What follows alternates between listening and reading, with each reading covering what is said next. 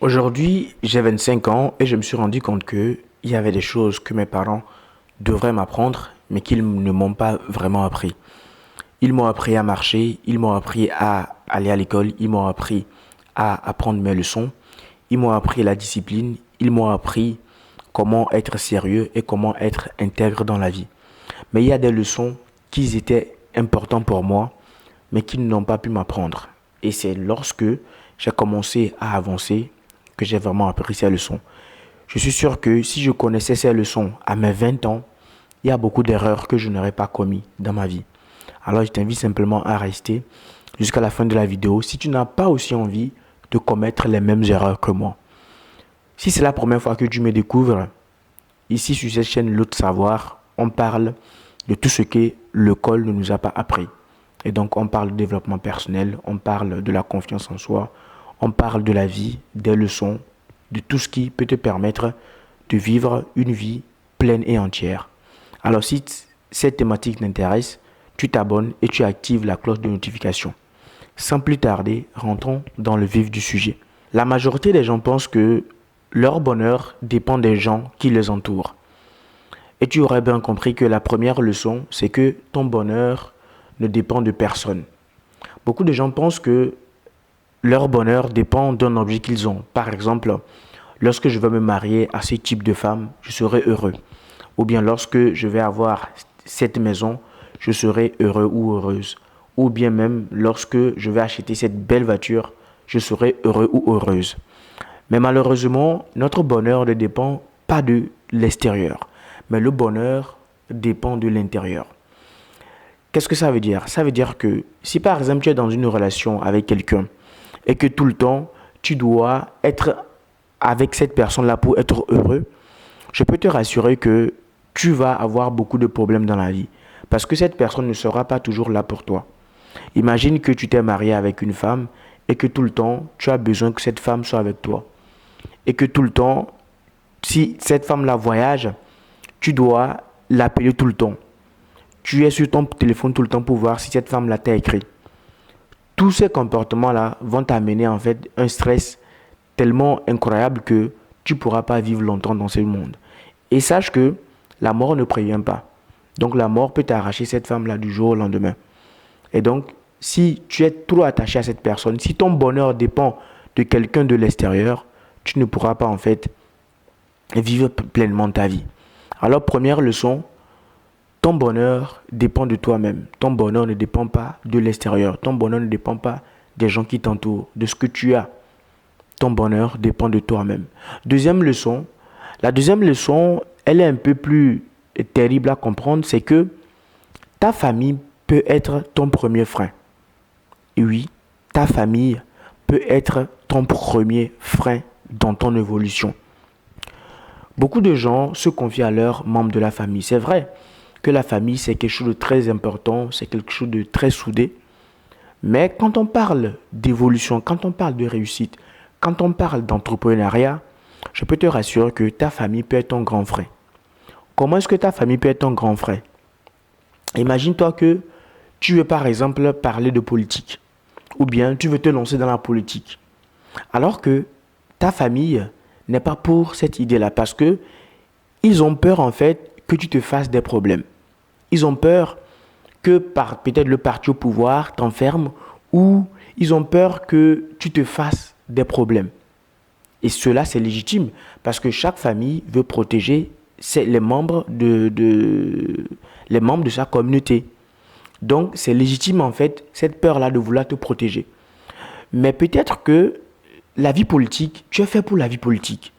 Peut-être que dans la politique, toi, tu es fait pour être ministre ou pour être député ou pour être même président.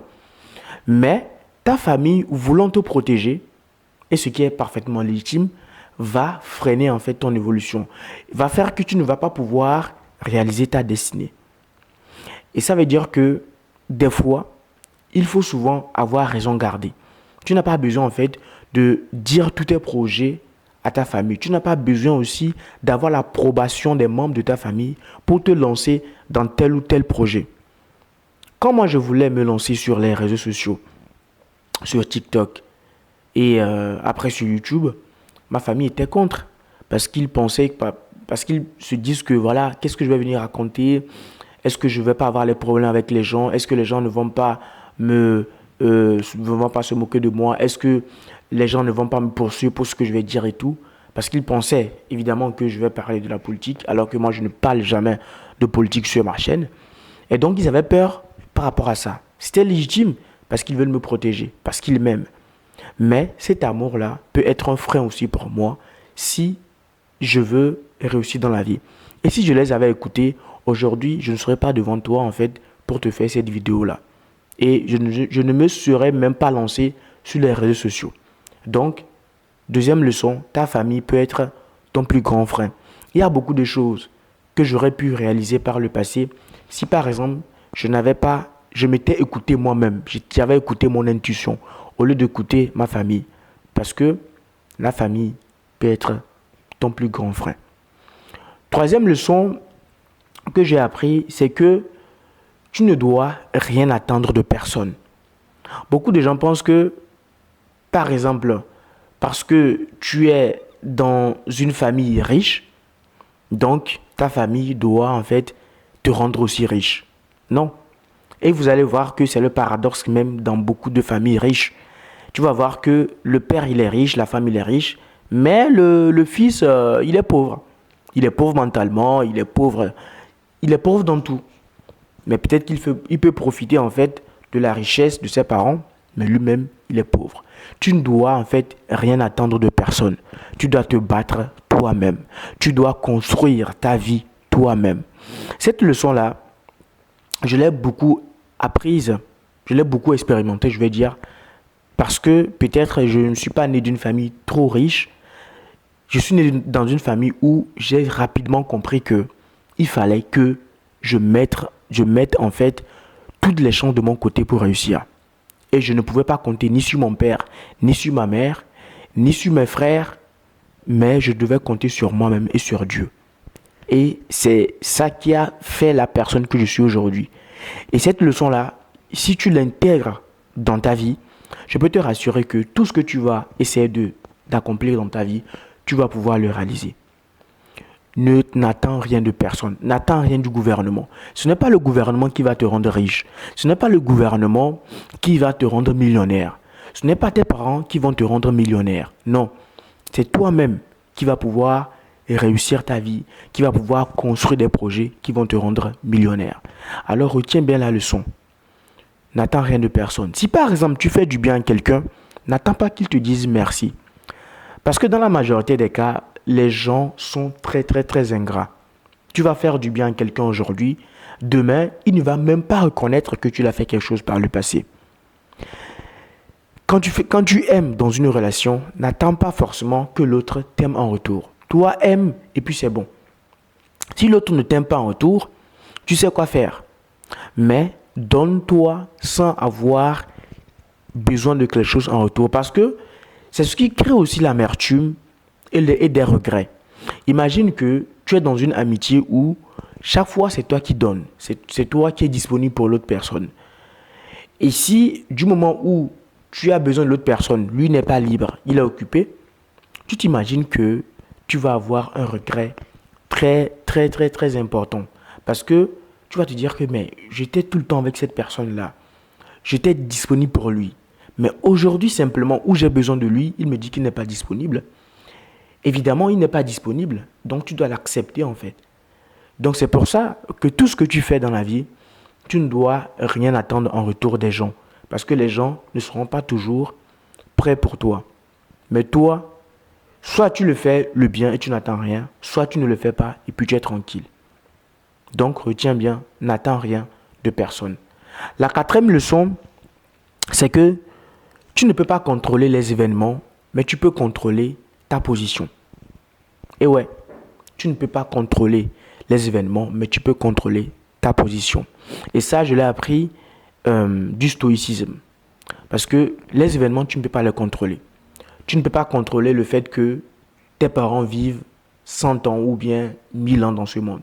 Tu ne peux pas contrôler le fait que une personne te critique ou ne te critique pas. Tu ne peux pas contrôler le fait que ton partenaire t'aime ou ne t'aime pas. Tu ne peux pas contrôler ce genre de choses. mais tu peux contrôler la manière dont tu te comportes.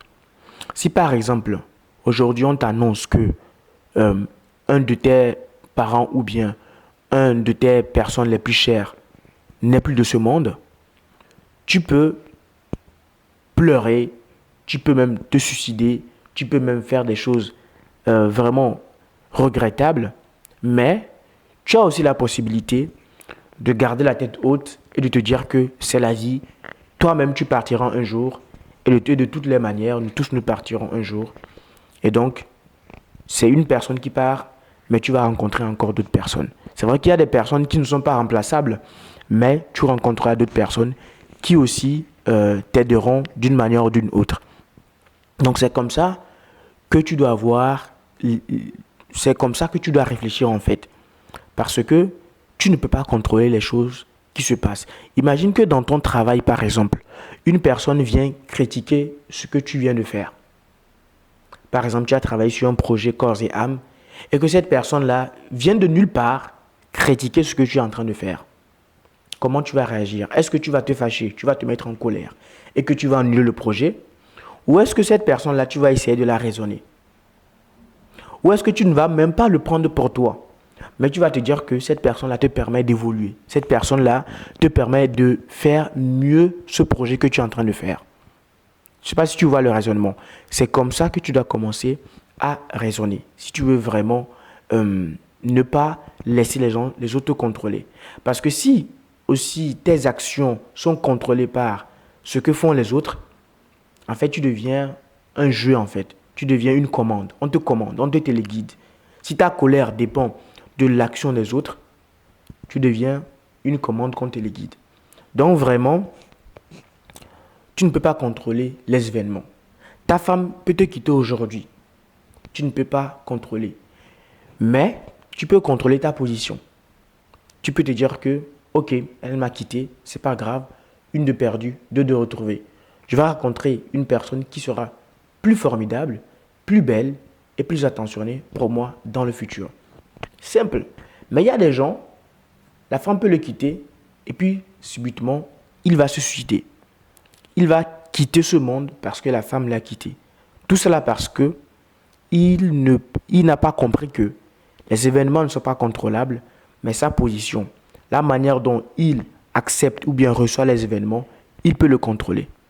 Donc voilà, c'est la 4e leçon. Et la 5e leçon, c'est que rien ne nous appartient vraiment dans ce monde. Nous sommes tous des emprunteurs. Ta femme, tes enfants, ta maison, ta voiture, tout cela ne t'appartient pas. Tu as juste emprunté. Et c'est sûr que tu vas quitter et laisser toutes ces choses-là. Et c'est pour ça, évidemment, qu'il faut vivre à fond.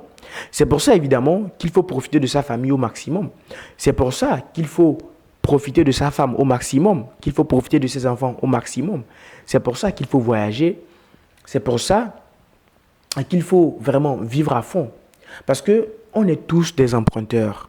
On est tous en train de faire notre passage sur la terre et on partira, on va laisser tout sur cette terre. C'est pour ça que il ne faut pas passer sa vie à faire quelque chose que vous n'aimez pas. C'est vrai que tu peux faire quelque chose que tu n'aimes pas pour un moment afin de te diriger vers ce que tu aimes vraiment. Parce que le but de la vie, c'est de vivre. Si tu vas passer ta vie à vivre une vie que tu n'aimes pas, ça sera vraiment triste vers la fin.